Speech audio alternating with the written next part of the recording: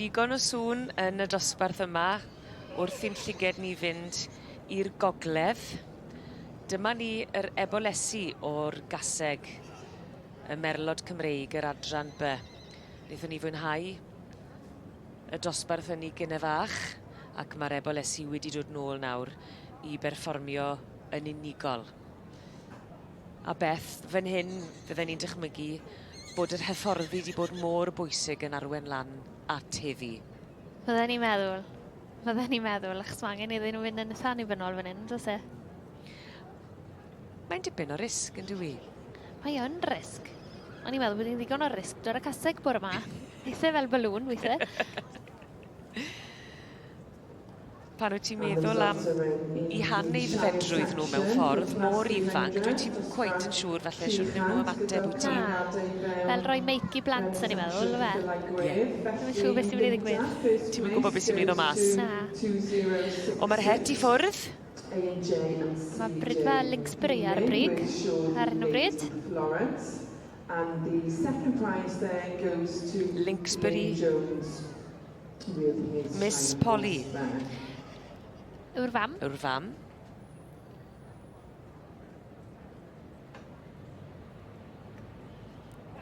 A Miss Dior. Linksbury Miss Dior, sa'n ni de? Yr Eboles.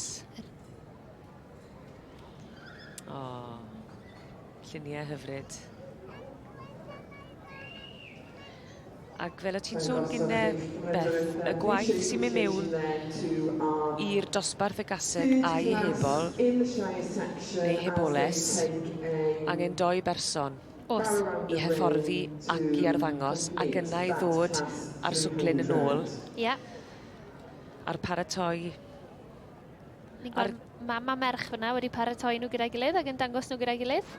Tracy a Laura. Tracy'n dangos yr ebol.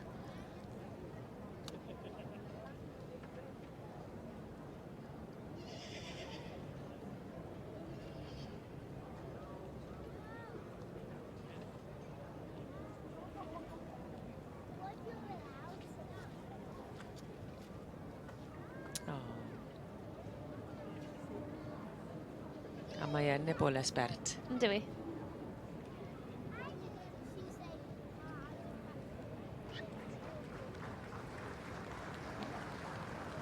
We have the results for class 44, and that's the filly foal class in the section B.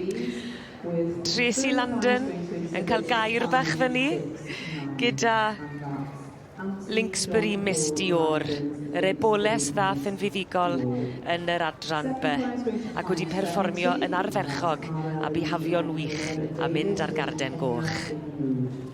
Third prize goes to 568, and that's Robert Hensley's Lathe Hill Foal. Fourth prize goes to 562.